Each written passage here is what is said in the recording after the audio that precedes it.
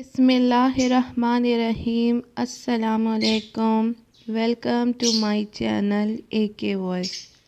فاتحہ کے بعد آمین کہنا۔ حضرت ابو ہریرہ رضی اللہ تعالی عنہ سے روایت ہے کہ رسول اللہ صلی اللہ علیہ وآلہ وسلم نے فرمایا کہ جب امام نماز پڑھاتے ہوئے کہے غیر المغضوب علیہم ولا الضالین تو تم سب آمین کہو، اس لیے کہ جس کا آمین کہنا ملائکہ کے آمین کہنے سے مطابقت کھا جائے گا، اس کے تمام سابقہ گناہ معاف ہو جائیں گے۔ آج کی حدیث مبارکہ کو امام المحدثین امام بخاری نے اپنی صحیح میں نقل کیا ہے۔ اپنے مضمون کے اعتبار سے اہم ترین حدیث ہے، جس کا تعلق امام کی اقتداء میں آمین کہنے سے ہے کہ مقتدی جب امام سے سورہ فاتحہ کا آخری حصہ بقول بعض علماء آخری آیت سنے تو اسے چاہیے کہ وہ آمین کہے۔ اگر اس کی آمین فرشتوں کی آمین کہنے کے ساتھ ہو گئی تو اثر اور اجر کا یہ ہے کہ سابقہ تمام گناہ معاف ہو جائیں گے، اور ظاہر ہے کہ اس سے مراد چھوٹے اور صغیرہ گناہ ہیں۔ بڑے اور کبیرہ گناہ بھی اللہ معاف فرما دیتے ہیں، مگر ان کے لیے کھری اور سچی توبہ درکار ہے، اور اگر گناہ کبیرہ کا تعلق حقوق العباد سے ہو تو اس کا حق ادا کرنا یا اس کی معافی تلافی کرانا بھی ضروری ہے، اور صغیرہ گناہوں کی معافی اور تمام کی معافی صرف لفظ آمین کہنے پر بہت بڑا انعام ہے۔ مبارکہ کے پس منظر پر ایک نظر ڈالتے ہیں تاکہ یہ بات کھل کر سامنے آ جائے کہ مقتدی کس دعا پر آمین کہتا ہے، اور ہم سب جانتے ہیں کہ دعا سن کر ہی آمین کہی جاتی ہے، جس کے معنی ہوتے ہیں کہ اے اللہ قبول فرما۔ یہ لفظ قرآن پاک کا حصہ نہیں ہے بلکہ سنت نبوی سے ثابت ہے۔ احادیث میں موجود ہے کہ جب فرعون ظلم و تعدی کی تمام حدوں کو کراس کر گیا اور بنی اسرائیل کی بے بسی اور بے کسی حضرت موسیٰ اور حضرت ہارون علیہ السلام سے دیکھی نہ گئی تو حضرت موسیٰ علیہ السلام کے ہاتھ اللہ رب العزت کے حضور دعا کے لیے اٹھ گئے۔ دعا کے الفاظ حضرت موسیٰ علیہ السلام کی زبان سے ادا ہوئے، ان پر آمین حضرت ہارون علیہ السلام نے کہی۔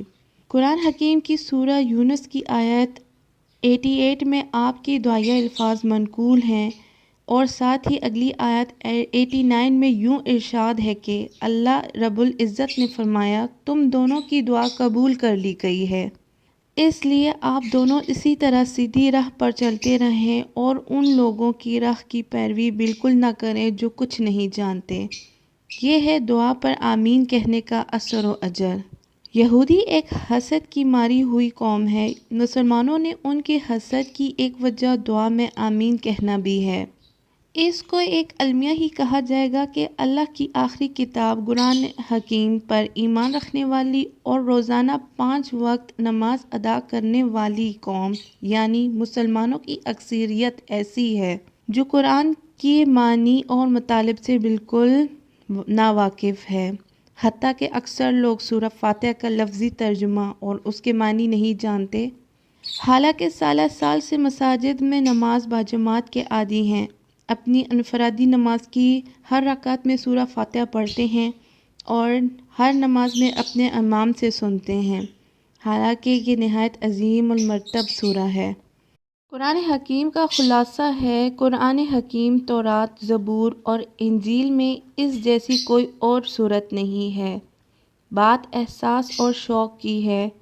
یہ رونا تو ان کے لیے ہے جو کسی نہ کسی طرح نماز پڑھ لیتے ہیں، وہ مسلمان جو میری طرح نام کے مسلمان اور جو سرے سے نماز ہی نہیں پڑھتے، ان کی حالت کا راز کا اندازہ لگایا جا سکتا ہے کہ یہ بڑی نعمت سے محروم ہیں، انہیں کون سمجھائے اور کون قائل کرے۔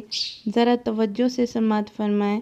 حدیث شریف میں ہے، اور یہ حدیث قدسی ہے کہ رسول اللہ صلی اللہ علیہ وآلہ وسلم نے ارشاد فرمایا، اللہ فرماتے ہیں کہ میں نے سورہ فاتحہ کو اپنے اور اپنے بندے کے درمیان تقسیم کر دیا ہے۔ جب وہ کہتا ہے الحمدللہ رب العالمین، یعنی تمام تعریفیں اللہ رب العالمین کے لیے ہیں، تو میں کہتا ہوں میرے بندے نے میری تعریف کی ہے۔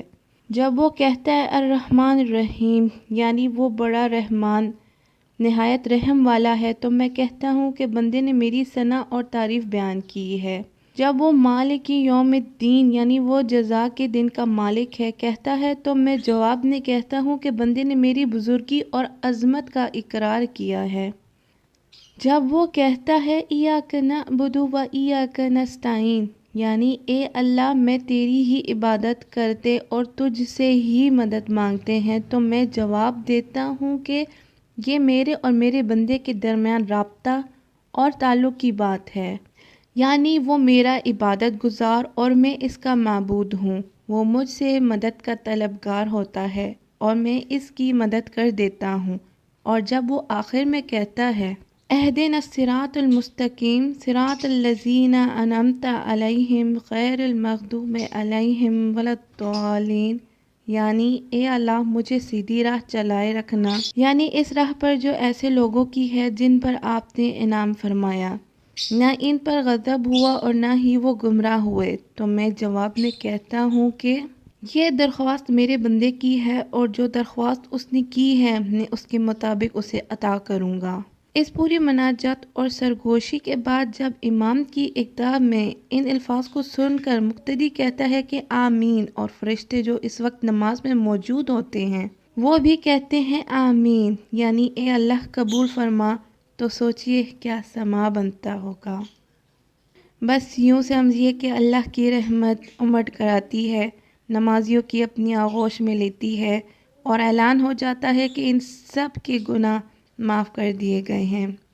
اللہ اکبر، کیا انعام ہے اور کیا اکرام ہے، اور یہ سب کچھ نماز کی بدولت ہے۔ مکمل نماز نہیں بلکہ اس کا ایک جزو ہے جس کے لیے اتنا بڑا وقت صرف نہیں ہوتا، صرف اس بات کی ضرورت ہے کہ امام صاحب کی قرات کو توجہ سے سنا جائے اور ذوق و شوق سے آمین کہا جائے۔ اونچی آواز سے ہو یا پست آواز سے کوئی فرق نہیں پڑتا۔ سوچئے ذرا نماز کو چھوڑ دینا کتنی بڑی محرومی اور کتنا تکلیف دہ امر ہے۔ جی ہاں، نہ ثنا، نہ فاتحہ، نہ تلاوت، نہ آمین، نہ تسبیح، نہ درود اور نہ دعا۔ محرومی نہیں تو اور کیا ہے کہ مسلمان ہے اور دن میں 24 گھنٹوں میں 5 نمازوں کی ادائیگی کے لیے متفرق اوقات میں صرف 1 گھنٹہ بھی فارغ نہیں رہ سکتا۔ اللہ پاک ہم سب کو اپنے پناہ میں رکھے اور 5 وقت کی مسجد میں باجماعت نماز کی ادائیگی کی توفیق عطا فرمائے۔